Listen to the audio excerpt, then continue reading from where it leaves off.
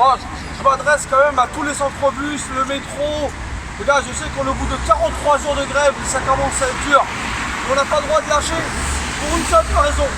C'est que le 24 janvier, ils vont nous parler de cette loi de merde. Et nous, on doit tenir jusqu'au 24 janvier. Et on est tous déterminés, on n'a pas le droit de lâcher. Alors on tient, on n'est plus à 4 ou à 5 jours près, quoi qu'il arrive. Si c'est une question d'argent ou de dignité, nous en tout cas à Flandre, on est déterminés. On va attendre jusqu'au 24 janvier, voir la mascarade qu'ils vont nous raconter. Et je dis à toutes les lignes de métro, ce qu'ils ont fait c'est super. Faut pas se démobiliser.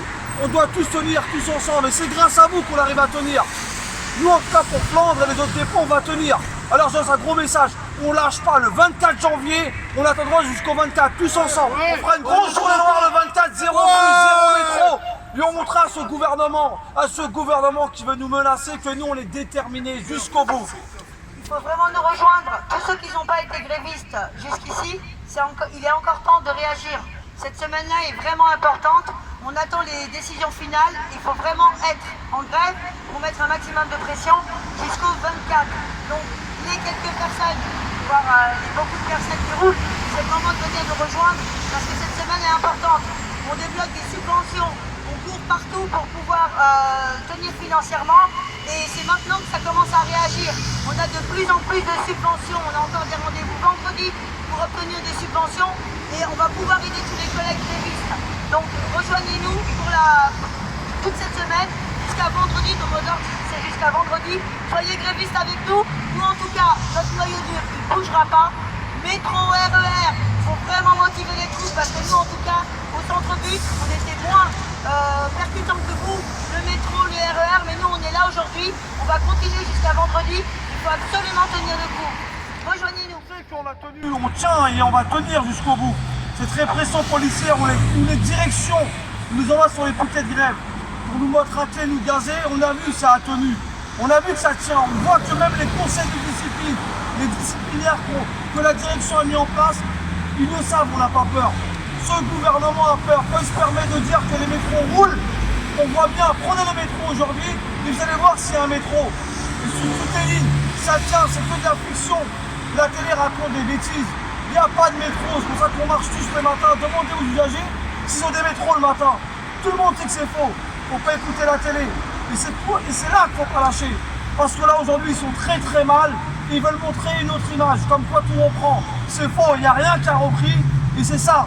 L'État c'est des mensongers. Et Macron on va venir le chercher. Et quoi qu'il arrive, leur démission ils sont prêts. Ils vont la donner bientôt. On ne doit pas lâcher. Donc ce matin on a été à une AG qui se présentait à Port-de-Pantin avec les professeurs. Donc ce qui s'était dit c'est que les profs tiennent le coup et ils sont de plus en plus mobilisés pour cette action. Et ce que je veux dire aux camarades de bus, métro, RER, surtout il ne faut pas lâcher. Donc là on arrive sur une période qui est vraiment décisive, c'est-à-dire le projet de loi va être voté le 24. Donc il faut vraiment tenir jusqu'au bout et surtout métro, RER, vous êtes les poids lourds de la boîte. Si vous lâchez le bus, on est foutu. Donc il faut continuer et il ne faut rien lâcher. Et les blocus continuent, c'est-à-dire tout ce qui est étudiants, lycéens, aujourd'hui ça a été des blocus à répétitif.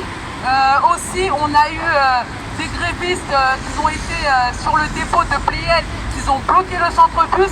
Il faut avoir ces actions, il faut que le gouvernement sache qu'on est opérationnel. Et concernant les médias, moi je dirais que c'est du foutage de gueule, pardon, mais en fait ils essayent d'essouffler le mouvement comme les gilets jaunes. Au début ça a été, mais maintenant la mobilisation est réduite, etc. Tout ça c'est du bluff. Il ne faut pas oublier que les médias c'est devenu des États. Les médias nous embobinent depuis tout petit, je vais dire ça, ça commence depuis l'éducation. Les médias nous embobinent et c'est devenu une dictature. Si on ne se réveille pas aujourd'hui, tout sera privatisé. Le gouvernement privatise tout. Tout. Donc à un moment donné, il faut arrêter. Et comme l'a dit ma camarade, des tas de corps de métier nous rejoignent. C'est pas forcément médiatisé. Les ports, comme celui de Marseille, c'est quand même un problème culminant de l'économie en France. Et en grève, On a vu les déchetteries en grève. Il y a de plus en plus des avocats, même dans les dom-toms, j'ai reçu des vidéos d'avocats en grève. Il y a de plus en plus des corps de métier qui nous rejoignent. Le privé nous rejoint. On est tous concernés. Donc là, vraiment, ça redonne un élan au mouvement. Donc là, il faut y aller, il faut tout donner. Nous, on est là à la mort jusqu'à vendredi. Minimum. Et si vendredi, on n'est pas satisfait, eh bien, on en reparlera. En tout cas, rejoignez-nous, c'est vraiment le moment. Voilà, comme on dit mes camarades, on est là depuis 43 jours maintenant, on lâche pas. On a vu qu'aujourd'hui on a beaucoup de soutien, de plus en plus d'aide. On a un programme qui doit venir mercredi, on doit aller recevoir. On lâche pas, et avec tout le monde, on lâchera pas et on sera encore là. Au moins jusqu'à vendredi, et après vendredi on verra bien. Pour l'instant on lâche pas.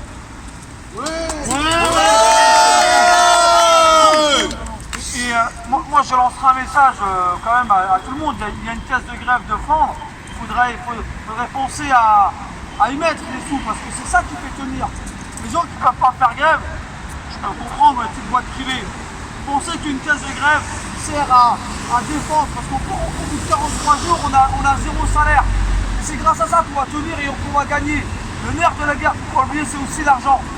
Il y a une caisse de grève sur Flandre. Pense à l'alimenter pour qu'on puisse tenir et sur tous les autres dépôts aussi, les caisses de grève et on passe un grand merci à Infocom par rapport à l'argent qui reverse un peu partout pour qu'on puisse tenir. Voilà, et on y va en manif tous ensemble.